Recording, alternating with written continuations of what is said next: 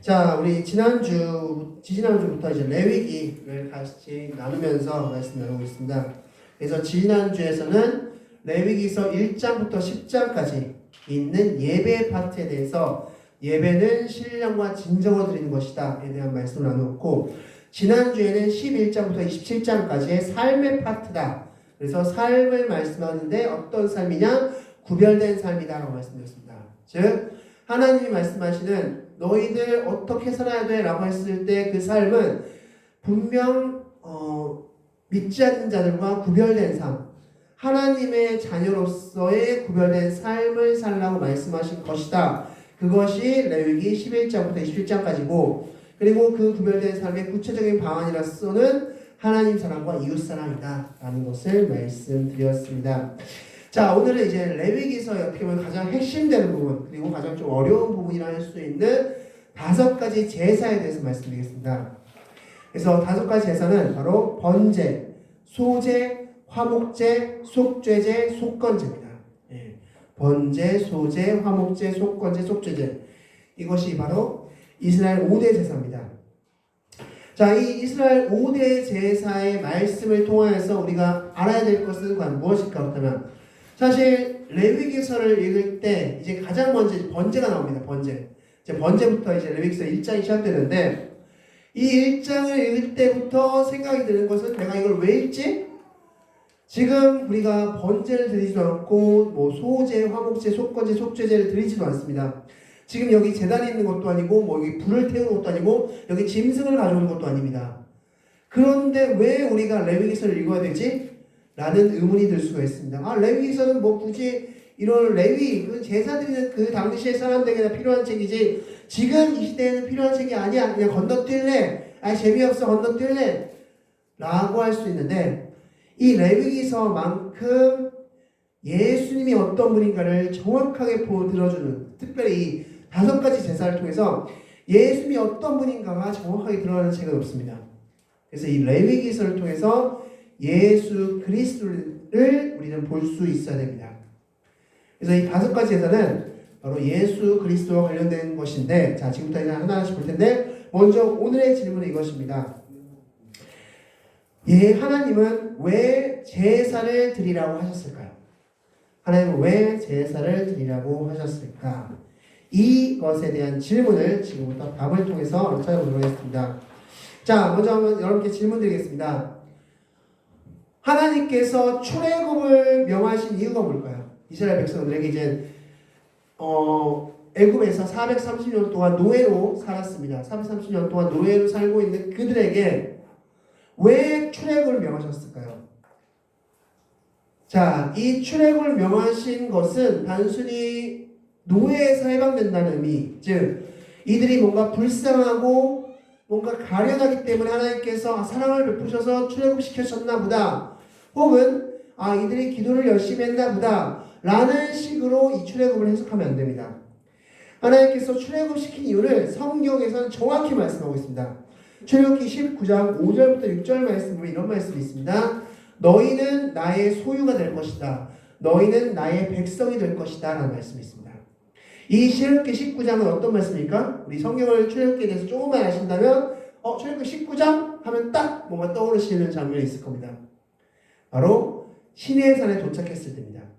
1년 동안 출애굽 후에 그 1년이 딱 지난 시점에서 이스라엘 백성들이 시내산이라는 하나님께서 율법을 내리실 그 산에 딱 도착할 때가 출애굽기 19장입니다.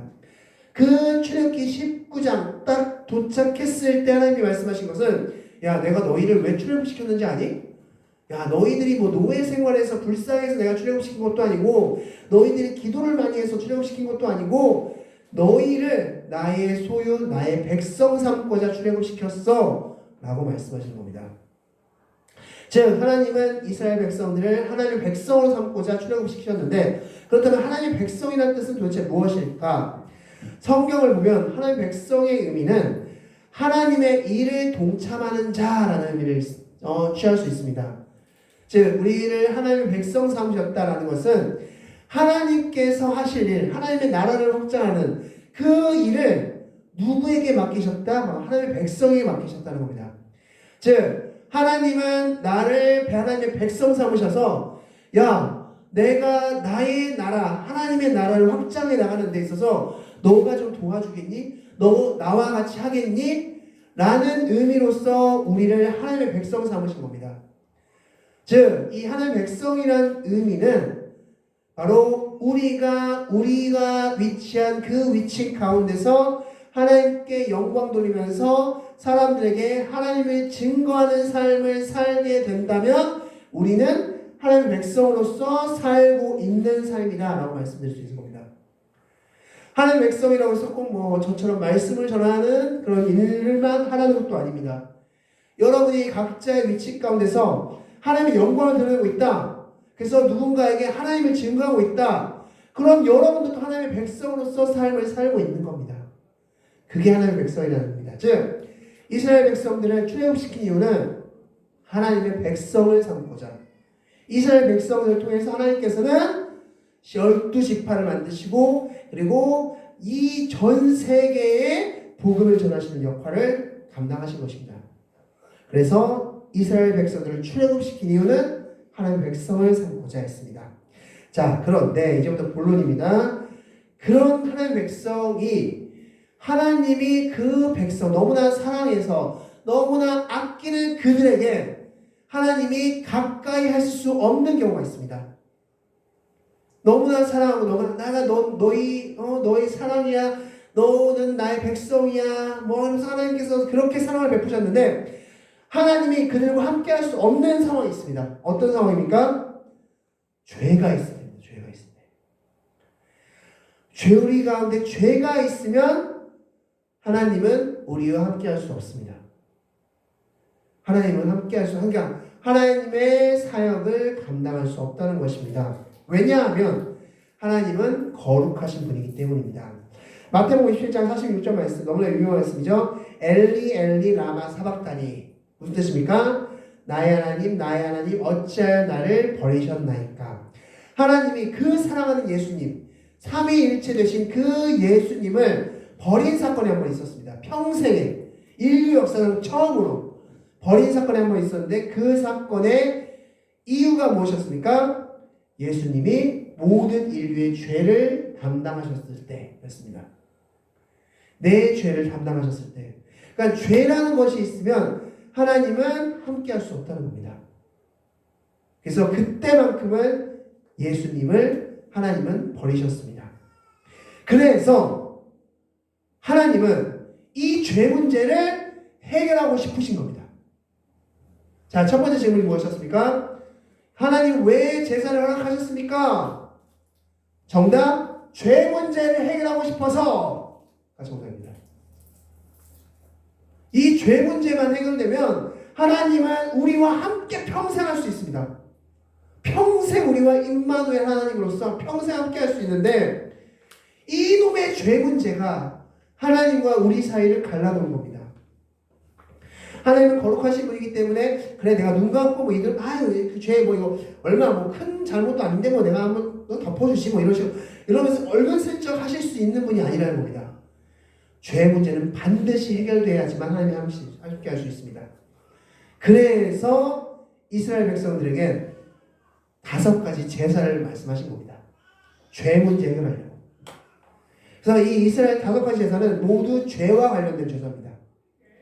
그래서 지금부터 이제 앞으로 하나씩 말씀드릴 텐데 죄는 여러분이 생각하는 것보다 훨씬 큽니다. 내가 한번 죄를 졌다? 그 죄의 무게는 여러분이 생각하고 상상하는 것보다 훨씬 크다는 것을 기억하시기 바라겠습니다. 자, 그럼 첫 번째 먼저 5대 제사, 번제, 소제, 화목제, 속건제, 속죄제인데 자, 다시 한번 질문 드리겠습니다. 죄를 지으면 어떤 문제가 발생할까요? 내가 오늘 죄를 지었습니다. 어떤 문제가 발생했을까요? 자, 첫 번째로 죄 자체가 생깁니다. 죄 자체가 생깁니다. 창세기 4장 13절 말씀 보면 가인이 동생 아벨을 죽인 후에 그가 무엇이라고 말씀했습니까? 내 죄벌이 무겁다라고 말씀하고 있습니다. 자, 무슨 뜻이냐? 지금 가인이 죄라는 것을 지었습니다. 지금 방금 죄라는 것을 지었습니다. 아벨이라는 자신의 동생을 죽이는 살인죄를 저질렀습니다. 그런데 여기서 가인이 뭐라고 표현했냐면 내 죄 벌이 무겁다라고 했습니다. 죄 벌이. 즉 죄를 지으면 무엇이 항상 따라온다? 벌이 따라온다. 책임이 따라온다는 겁니다. 우리가 단순히 죄를 지었을 때는 그 죄에 따른 벌이 따라온다는 겁니다. 이것은 이해하기 너무나 쉽습니다. 우리나라도 헌법이라는 것이 있습니다. 법이라는 것이 존재하죠. 그 외 하단에 많은 법들이 있습니다. 그 법들을 어겼을 때는 어떻게 합니까? 그냥 너 법 어겼어 괜찮아 이렇게 합니까? 그 법에 따라서 어떤 조치를 취합니다. 심판을 내죠. 그래서 감옥을 가든지 벌금을 내리든지 봉사활동을 하게 하든지 이런 식으로 어떤 식으로든지 죄에 따른 벌을 내립니다. 마찬가지로 하나님의 율법을 어겼을 때는 그에 따른 죄와 벌이 생긴다는 것입니다. 죄와 벌이 생기는데 말씀드렸듯이 하나님은 우리를 하나님의 백성 삼고 싶으셨는데 이놈의 죄가 있어서 우리를 백성으로서 하나님의 일에 동참하는 자가 되지 못하게 된 상황이 된 겁니다. 그래서 하나님은 이 죄 문제 해결해야 되지 않겠냐? 이 죄에 따른 벌 문제 해결해야 되지 않겠냐? 라고 해서 만든 제사가 있습니다. 이름하여 속죄제입니다. 속죄제. 이 속죄제는 죄 자체를 해결하는 죄입니다. 죄와 그에 따른 벌 자체를 해결하는 죄가 속죄제입니다. 앞으로 이제 더 레위기에서 보면서 하나 더 자세히 말씀드리겠지만 어쨌든 이거 하나만 기억하시면 됩니다. 속죄제는 죄 자체를 해결하는 죄. 이 죄라는 이 죄 덩어리 자체를 해결하는 죄가 속죄제다라는 것입니다. 그래서 이 속죄제의 특징이 하나 있습니다. 다른 제사는 거의 제사장들이 거의 주도하려 합니다. 근데 이 속죄제만큼은 속죄를 받을 당사자가 거의 제사를 주도합니다.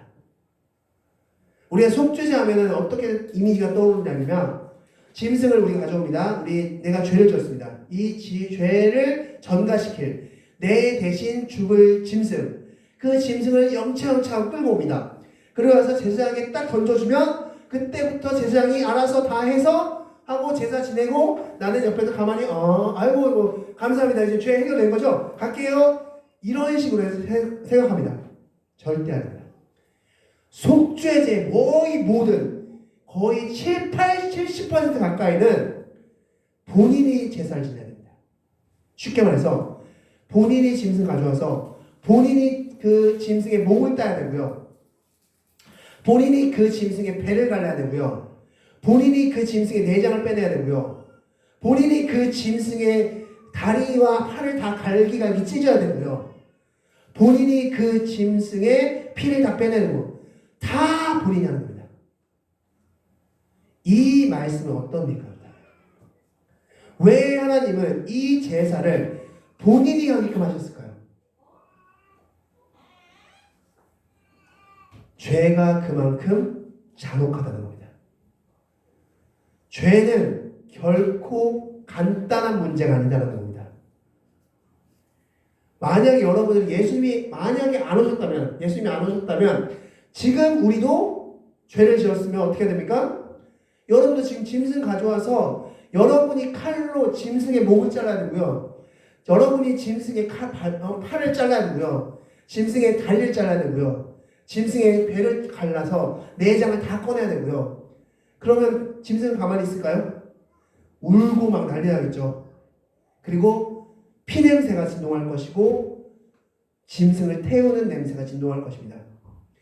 그 제사가 속죄제입니다. 그 속죄제는 죄 자체를 문제. 그렇게 해서 그 제사를 드렸을 때 그 짐승이 타는 냄새를 맡으시고 그 냄새를 향기롭게 느끼셔서 죄를 사해 주신 제사가 속죄제입니다. 그 짐승을 다 완전히 그렇게 했을 때 그 너의 죄를 그 짐승이 전가했음을 인정하고 그 향기를 맡으셔서 속죄하신 겁니다. 그게 속죄제다라는 것입니다. 그런데 예수님은 어떤 제물로 오셨냐? 속죄 제물로 오셨습니다. 자, 말씀 통해서 보겠습니다. 자, 히브리서 9장 12절 말씀 다 같이 읽겠습니다. 시작. 염소와 송아지의 피로 하지 아니하고 오직 자기의 피로 영원한 속죄를 이루사 단번에 성소에 들어가셨느니라. 아멘. 예수님은 어떤 제물로 오셨다고요? 속죄 제물로. 내 죄를 속해주는 제물로 오셨다라고 말씀할 수 있습니다. 자, 이 의미는 하나님은 죄를 해결하고 싶으시다는 겁니다. 너희들 죄 좀 해결해. 이제 이 속죄제의 말씀을 보시면 아시겠지만 하나님이 얼마나 죄를 해결하고 싶으신지가 이 속죄제에 고스란히 나와 있습니다. 그것은 잠 나중에 속죄제 파트를 볼 때 더 자세히 말씀드리겠습니다. 자, 두 번째. 그러면 죄를 지으면 죄 문제만 문제일까? 죄 자체만 문제일까? 아니라는 겁니다. 죄를 지으면 두 번째 문제가 뭐냐면 죄에 따른 하나님의 진노가 있습니다. 자, 이것은 쉽게 예를 들어 볼게요. 한번. 여러분이 정말 프라모델을 모으는 수집하는 사람입니다. 근데 정말 내가 가장 아끼는 몇 천만 원짜리 프라모델을 딱 내 방에 전시해놨습니다. 그런데 어느 날 조카가 와서는 그 프라모델을 다 망가뜨렸습니다. 완전히 산산조각 냈습니다. 그러면 여러분들은 화가 날까요? 안 날까요? 나겠죠. 마찬가지 의미입니다.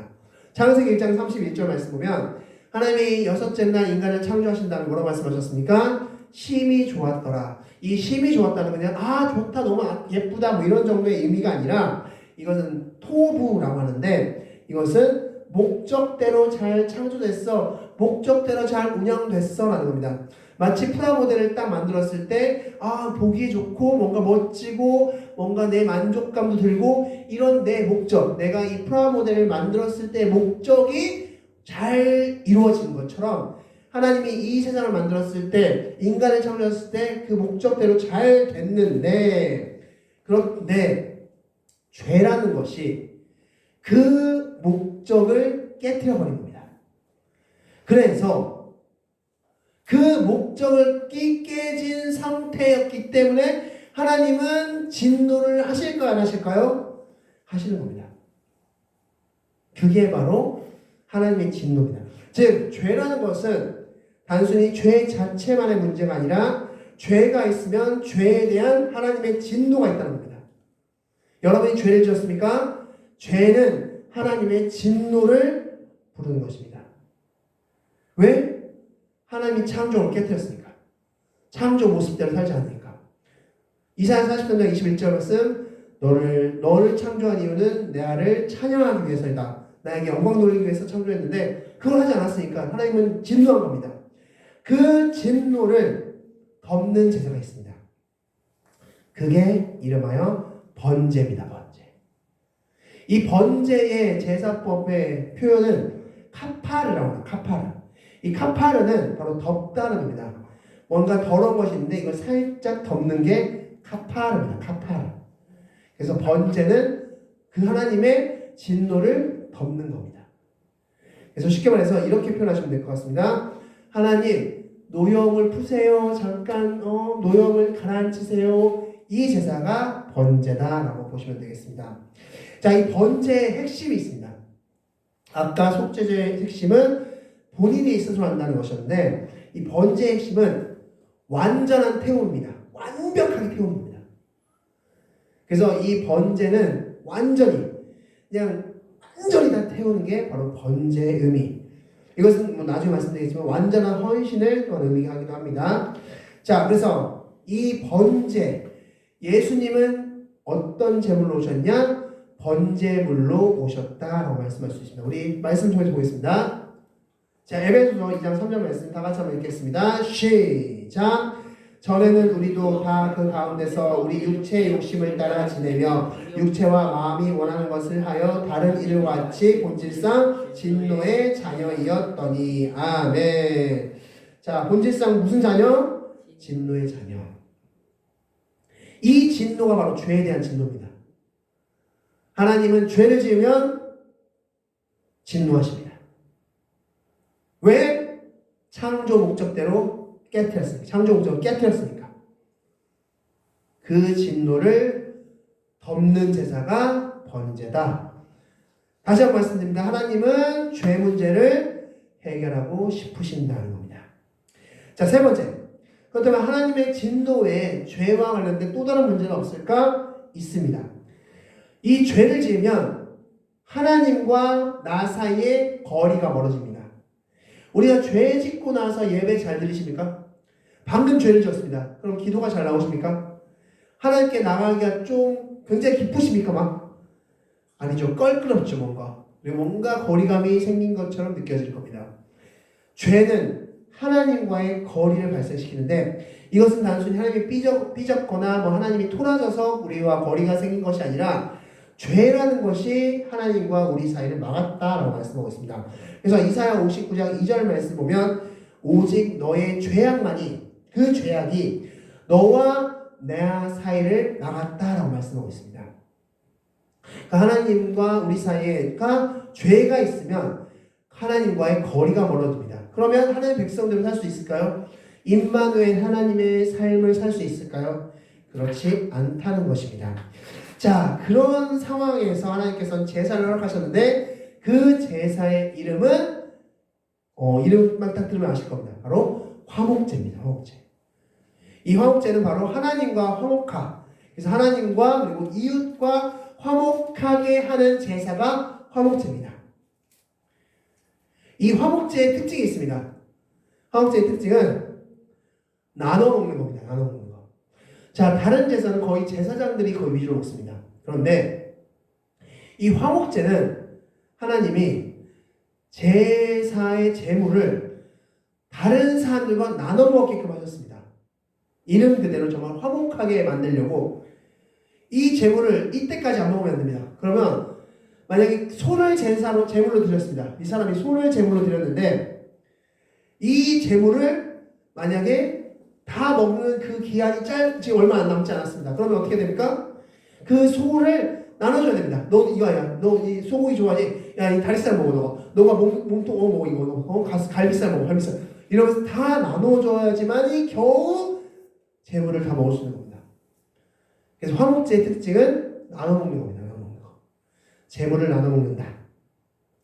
그래서 이웃과 하나님과 화목함과 동시에 이웃과도 화목하게 된다는 것입니다. 자, 그렇다면 예수님은 어떤 제물로 오셨을까요? 화목제물로 오셨습니다. 자, 말씀을 통해서 보겠습니다. 로마서 3장 25절 말씀 다 같이 읽겠습니다. 시작.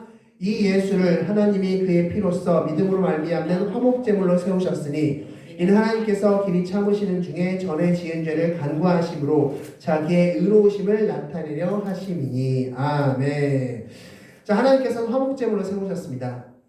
그래서 이 화목제물로 세우셨다. 하나님이 예수님을 화목제물로 세우셨다는 증거가 있는데 그것은 마태복음 27장 51절 말씀, 마가복음 15장 38절 말씀, 누가복음 23장 45절 말씀에서 바로 휘장이 갈라진 사건입니다. 하나님과 우리 사이에 휘장이라는 것이 존재했는데 예수님이 십자가 지심으로 휘장이 갈라졌습니다. 그래서 이런 그림 많이 보셨을 겁니다. 하나님과 우리 사이에 예수님이 팔 벌려서 다리 역할로 있는 그림들. 그래서 하나님 여기 있고 우리가 여기 있고 예수님이 다리 역할을 하셔서 하나님과 우리가 교통하는 그런 그림들 보셨을 겁니다. 그게 바로 화목제의 개념이라고 하시면 되겠습니다. 하나님과 우리 사이를 화목하게 해주는 제사. 그게 화목제고 예수님은 화목제물로 오셨습니다. 이 말인즉슨 하나님은 죄를 해결하길 원하신답니다. 그게 바로 화목제입니다. 자, 네 번째. 그렇다면 죄는 이 하나님과의 문제만 있을까요? 여러분이 죄를 지었습니다. 하나님과의 문제만 있습니까? 아니죠. 그 죄는 다 전체는 아니겠지만 많은 경우에 있어서 여의 주변 사람들에게도 피해를 주고 있습니다. 그게 또한 죄의 속성이기도 하죠. 마태복음 22장 39절 말씀에서 보면 서기관이 예수님께 질문합니다. 어떤 율법이 가장 큽니까? 라고 했을 때 예수님은 하나님 사랑과 이웃 사랑을 말씀하시는데 이웃 사랑을 말씀하실 때 뭐라고 말씀하십니까? 둘째는 그와 같으니 라고 말씀하십니다. 즉 그와 같다는 뜻은 무슨 뜻입니까? 하나님 사랑과 이웃 사랑은 동등한 개념이라는 겁니다. 우리는 착각합니다. 나는 하나님께만 잘하면 돼. 내가 신앙생활을 잘하면 돼. 뭐 교회에서만 잘하면 돼. 성경은 그렇게 말하고 있지 않다는 거죠. 하나님에게도 잘하고 이웃에게도 잘하는 것이 바로 신앙생활이다라고 말씀하고 있는 것입니다. 그래서 마태복음 5장 24절 말씀 뭐라고 말씀하고 있습니까? 너희가 예물을 드리려다가 이웃에게 잘못한, 즉 소송받을 만한, 잘못을 지적될 만한 그런 일이 있거든. 그러니까 잘못을 지적받는다는 건 어떤 의미입니까? 내가 그 사람한테 잘못한 겁니다. 그래서 그 잘못을 지금 그 사람이 분을 품고 있는 상황인 겁니다. 그 상태에서 갑자기 하나님 예물 가져왔어요. 예배 받으세요. 이러지 말라는 겁니다. 이러지 않고 어떻게 하라? 먼저 화해하고 용서를 빌고 그 다음에 예배를 드려라 라고 말씀하십니다. 즉 죄라는 것은 이웃에게까지 피해를 주는 것인데 그 문제를 해결할 수 있는 제사가 또 하나 있습니다. 그게 바로 속건제입니다. 속건제. 이 속건제는 다른 말로 배상제라고 합니다. 배상제. 즉 잘못을 배상하는 제도, 제사. 그래서 이 속건제의 특징이 하나 있는데 바로 20%입니다. 20%. 무슨 뜻이냐? 제가 어떤 사람의 컵을 깨뜨렸습니다. 근데 그 컵값이 1,000원입니다. 그러면 나는 그 컵값 원금인 1,000원과 더불어 20%를 더 배상해야 되는 겁니다. 그래서 1,000 얼마입니까? 1,200원 맞나요? 네, 1,200원. 네. 그래서 1,000원과 200원 합쳐서 1,200원을 배상하는 겁니다. 그게 속건제입니다. 그래서 20%를 더 배상하라. 그게 속건제입니다. 자, 그렇다면 예수님은 어떤 제물로 오셨을까요? 속건 제물로 오셨습니다. 자, 말씀 통해서 보겠습니다. 자, 이사야 53장 10절 말씀 다 같이 한번 읽겠습니다. 시작. 여호와께서 그에게 상함을 받게 하시기를 원하사 질고를 당하게 하셨은즉 그의 영혼을 속건 제물로 드리기에 이르면 그가 씨를 보게 되며 그의 날은 길 것이요 또 그의 손으로 여호와께서 기뻐하시는 뜻을 성취하리로다. 아멘. 예수님은 속건 제물로 드리셨다는 겁니다. 이 의미는 어떤 의미냐면 그 다음 절인 11절 말씀 보면 이 속건 제물 대신 예수님으로 인해서 많은 사람을 너희가 의롭게 할 수 있다라고 말씀하고 있습니다. 그러니까 이 예수님의 속건 제물의 의미는 바로 다른 사람을 의롭게 하는 겁니다. 즉 우리가 예수님을 통해서 죄사함 받고 거룩한 자가 되면 우리로 인해서 내 주변 사람이 의롭게 된다는 겁니다. 그게 속건 제물의 의미인 것입니다. 그래서 예수님이 속건 제물로 오셨다라고 표현하고 있는 겁니다. 다시 한번 하나님은 죄 문제를 해결하길 원하신다. 이것을 말씀드리겠습니다. 자, 마지막 제사. 이 마지막 제사는 소제라고 합니다. 소제. 이 소제는 곡물제사입니다. 곡물제사.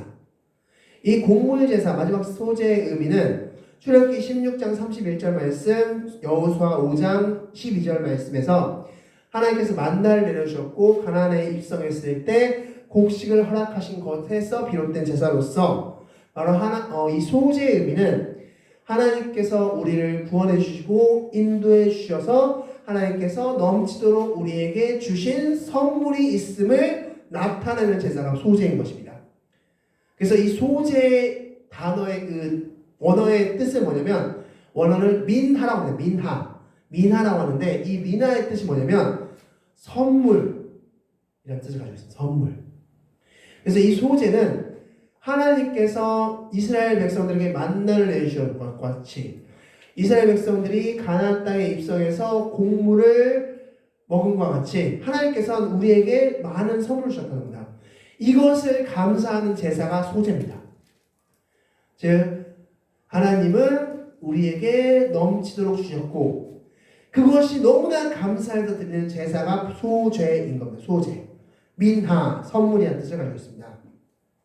그렇다면 예수님은 어떤 제물로 오셨을까요? 소제물로 오셨습니다. 자, 말씀을 통해서 보겠습니다. 에베소서 4장 8절 말씀 우리 다 같이 한번 읽겠습니다. 시작. 그러므로 이르기를 안 나오겠나요?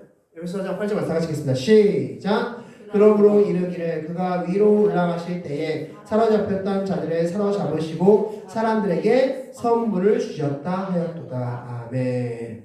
하나님이 예수님은 누구시다? 선물이다. 네. 소재물이다. 소재물. 그 선물은 무엇일까 그렇다면 구원이라는 큰 선물이죠. 그래서 구원이라는 큰 선물. 이 구원은 무엇이 해결됐다는 의미입니까? 죄가 해결된다는 의미죠. 그래서 예수님이라는 구원이라는 큰 선물을 우리에게 주셨다라고 말씀하고 있습니다. 여기서도 알 수 있는 것은 무엇입니까? 하나님은 죄 문제를 해결하고 싶으시다.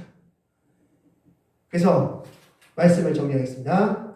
자, 지금까지 5가지 제사를 같이 보았습니다. 번제, 소제, 화목제, 속건제, 속죄제. 이 5가지 제사에 계속적으로 반복적으로 나타나는 하나님의 마음은 무엇입니까? 바로 죄 문제를 해결하고 싶으시다는 겁니다. 자, 첫 번째 질문 돌아가겠습니다. 하나님은 왜 제사를 허락하셨습니까? 죄 문제를 해결하고 싶으셔서. 죄라는 것은 단순히 죄 자체의 문제만 있는 것이 아니라 죄에 따른 벌이 있고 하나님의 진노가 있고 그리고 하나님과 갈라섬이 있고 이웃에게도 상처를 주고 또한 구원으로 이르지 못하게 한다는 그런 죄의 크나큰 문제가 있다는 겁니다. 그 죄 문제를 해결하고 싶어서 만든 게 5대 제사. 지금 형태는 달라졌을지언정 지금도 이 제사의 의미는 유효하다는 것입니다.